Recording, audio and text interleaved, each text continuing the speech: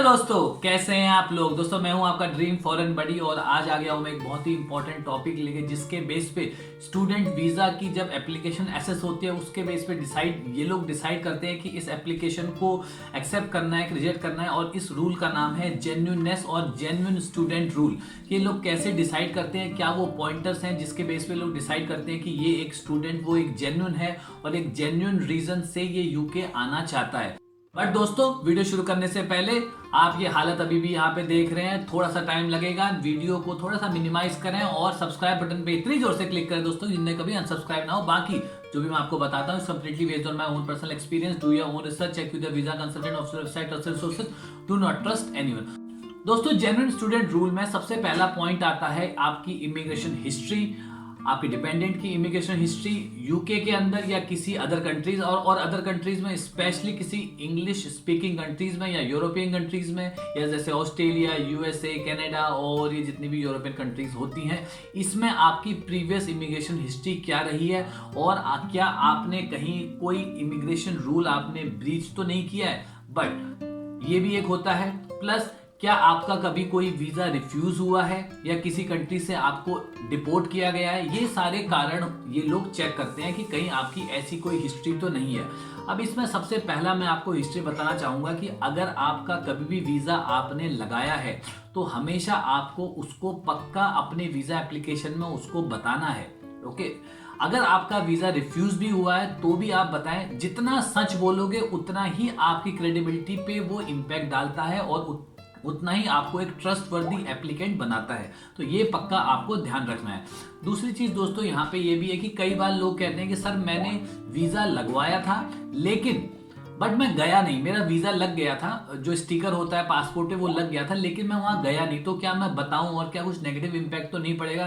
देखो, उनका काम है, किसी भी कंट्री का काम है आपको वीजा देना, कि आपको वीजा दिया गया है इस डेट से इस डेट तक के लिए। अब नो मैटर अगर आप नहीं भी जाते हो तो उसका कोई नेगेटिव इंपैक्ट नहीं है। बट ये बहुत अच्छी चीज है कि अगर आप अपने वीजा एप्लीकेशन में कवर लेटर में इसको डिफाइन करें कि हाँ भाई मेरे पास इस कंट्री का वीजा लगा था बट मैं गया नहीं था।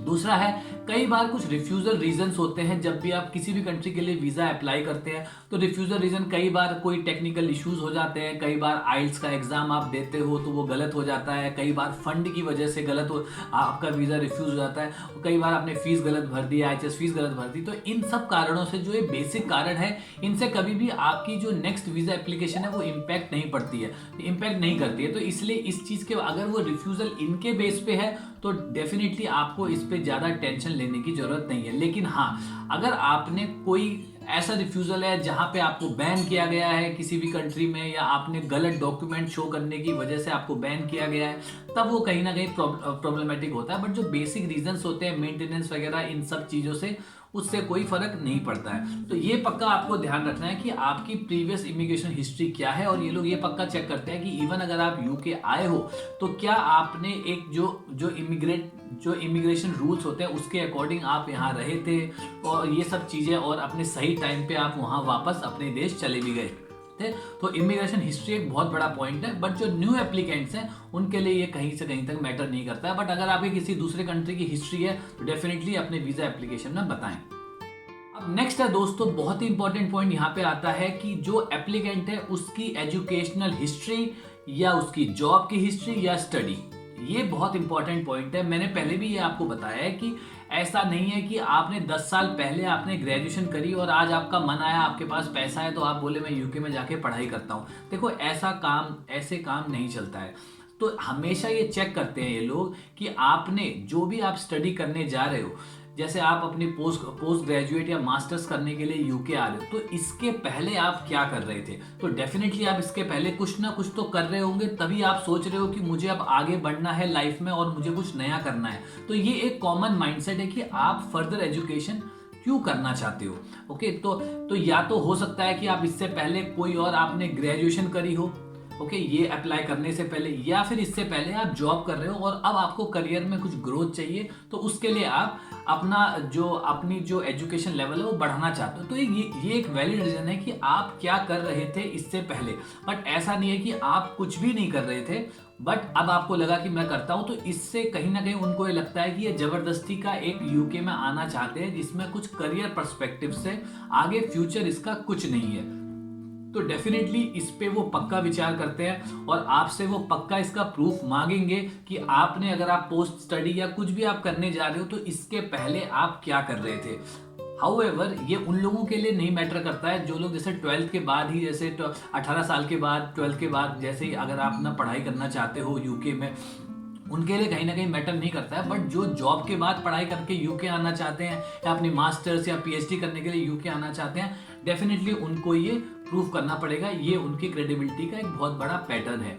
और इसमें मैं आपको डिस्क्लेमर यहाँ पे पक्का डाल देता हूँ कि आप एजेंट्स के पास जाते हो और एजेंट पक्का आपको ये सजेस्ट करते हैं कि हम फेक लेटर बनवा देंगे, वेरिफिकेशन होगी तो हम बना देंगे, बट मैं कभी भी इन चीज़ों को सजेस्ट नहीं करूँगा और ये करना भी नहीं चाहिए, क्योंकि अगर आप पकड़े गए तो उसके जो नेगेटिव रिपरकशंस हैं वो काफ़ी ज़्यादा हो सकते हैं। तो डेफिनेटली इस चीज़ का ध्यान रहे कि फेक चीज़ों में ना पड़े। दूसरा दोस्तों, एक नेक्स्ट पॉइंट ये भी इसमें आता है कि एप्लीकेंट का पोस्ट स्टडी प्लान क्या है। तो ये भी बहुत जरूरी है उन लोगों के लिए समझना कि आप पोस्ट स्टडी क्या करना चाहते हो। आप पोस्ट स्टडी यूके में जॉब करना चाहते हो, किसी भी ओवरसीज कंट्री में आप क्या करना चाहते हो, वो डेफिनेटली कहीं ना कहीं आपको एक कवर लेटर में लिखना पड़ेगा कि आपके पोस्ट स्टडी प्लान्स क्या है।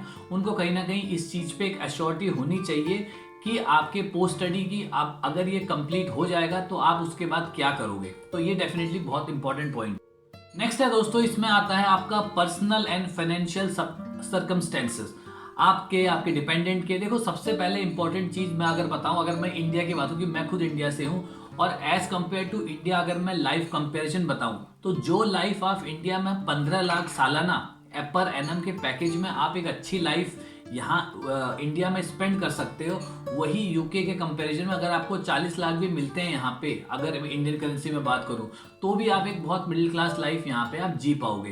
तो इंडिया में आप 15 लाख में काफ़ी अच्छी लाइफ जी सकते हो, बट यहाँ पे जो है एक्सपेंसेस यहाँ ज़्यादा है, चीज़ें बहुत कॉस्टली है। और इसका आप ऐसे लगा लो कि इंडिया में जो भी आपको 1 रुपये में मिलता है या 100 रुपये में मिलता है, वो यहाँ आपको 3 रुपये या 300 रुपये मिलेगा। मतलब 200, मतलब डबल तो है ही है, और कई बार 3 गुना भी प्राइस आपको पे करना पड़ता है। तो ये भी, और टैक्सेस यहाँ पे बहुत ज़्यादा है।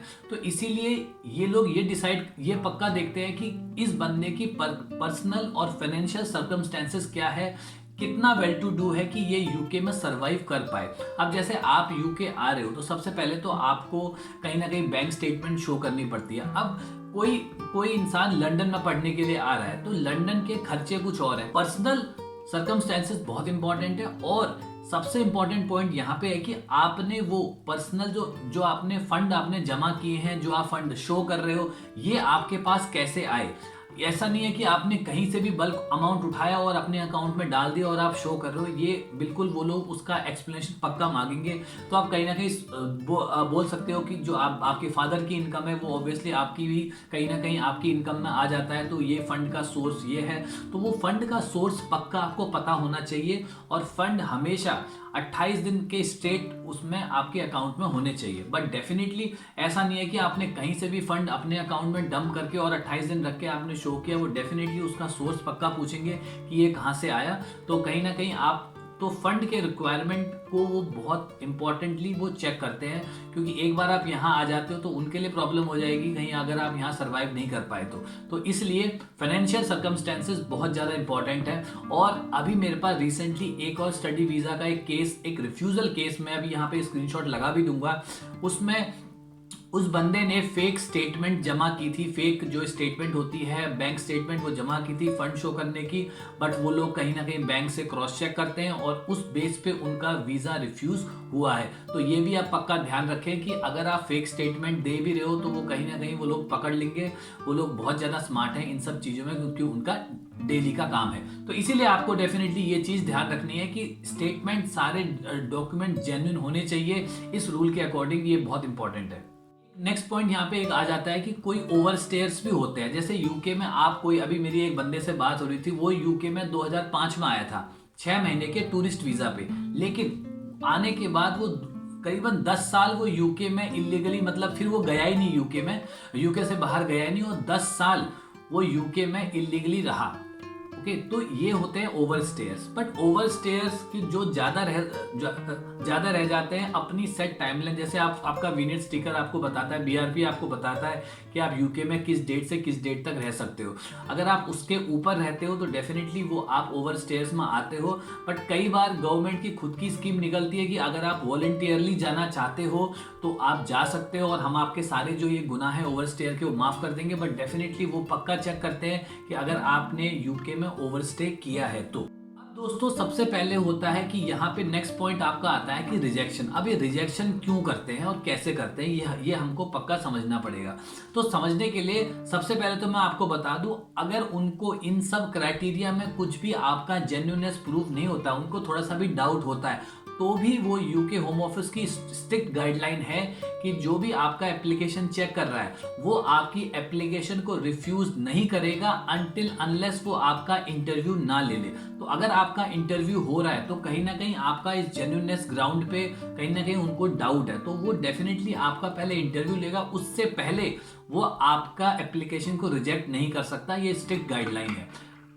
नेक्स्ट चीज दोस्तों इसमें ये भी है, अगर वो रिजेक्ट करता है बिना इंटरव्यू लिए, उसके भी कुछ कारण हो सकते हैं। या तो ये हो सकता है कि जो पहले जो आपने प्रीवियस एप्लीकेशन दी थी उसका भी रीजन यही था जिसके लिए आपका इंटरव्यू हो चुका था, और कई बार आप आइडेंटिकल एप्लीकेशन भर देते हो तो इसलिए वो मल्टीपल वो नहीं कर पाता। बट अदरवाइज आपका इंटरव्यू पहले वो पक्का लेगा। अगर उसको रिफ्यूजल, अगर आपके जेन्युइननेस में थोड़ा डाउट है तो डेफिनेटली वो इंटरव्यू लेगा, उसके बाद ही रिजेक्ट करेगा जब तक वो श्योर ना हो जाए। तो दोस्तों रिफ्यूजल रीजंस क्या क्या होते हैं ये हमको समझना पड़ेगा। देखो सबसे पहला सबसे मोस्ट इंपॉर्टेंट रिफ्यूजल रीजन जो मैंने देखा है वो है आपका फाइनेंशियल सर्कमस्टेंसेस, कि आप कैसे आपके पास ये फंड्स हैं, आपके बैंक स्टेटमेंट है या कैसे फंड आपने अरेंज किए हैं, कहीं लोन है, या ये सब चीज़ों में जो एक्सप्लेनेशन है वो आपको कवर लेटर में प्रॉपरली लिख के देना है। ये बहुत इंपॉर्टेंट है अगर आप स्टूडेंट वीज़ा के लिए अप्लाई कर रहे हैं तो, क्योंकि इसी के बेस पे वो लोग डिसाइड करते हैं। बैंक स्टेटमेंट जेन्युइन होने चाहिए, फेक ना लगाएं, कोई भी चीज़ ऐसी फेक ना करें। तो बैंक स्टेटमेंट और जो आपका फंड मेंटेनेंस फंड है ये डेफिनेटली सबसे बड़ा रीजन है और मैक्सिमम रीजन है आपकी वीज़ा एप्लीकेशन के रिफ्यूजल का। नेक्स्ट है दोस्तों, कई बार लोग छोटी मोटी गलतियां करते हैं, कई बार गलत आइल्स या पीटी दे देते हैं, और उस केस में फिर कहीं ना कहीं उनको रिफ्यूजल का ये फेस करना पड़ता है। बट ये छोटा केस है, बट फिर भी है। कई बार जो यूनिवर्सिटी आपको कैश देती है वो आपको जैसे इशू कर दिया, आपने वीज़ा अप्लाई कर दिया, अप्लाई करने के बाद जब होम ऑफिस के पास होता है उस टाइम पे यूनिवर्सिटी भी वो कैश आपका जो है वो कैंसिल कर देती है। तो अगर इस सर्कमस्टेंसेज में भी आपका वीज़ा रिफ्यूज हो सकता है, तो ये पक्का आप ध्यान रखें कि यूनिवर्सिटी से लगातार टच में रहें कि क्या चल रहा है प्रोसेस में, क्योंकि यूनिवर्सिटी के पास अलग डिफरेंट एक पोर्टल होता है जहाँ पे वो अपडेट उनको मिलता रहेगा। कई बार दोस्तों एक रिफ्यूजल का कारण ये भी बहुत ज्यादा है कि कुछ रेलिवेंट फैक्ट्स होते हैं जो आपने उनको नहीं बताए होते हैं। कुछ ना कुछ फैक्ट्स, जैसे किसी कंट्री में आप गए थे, वहां पे आपका वहां से आपको डिपोर्ट कर दिया गया, वहां से वापस भेज दिया गया, कई बार आपने इमिग्रेशन लॉ ब्रीच कर दिया, कई बार आपका वीज़ा रिफ्यूज हुआ।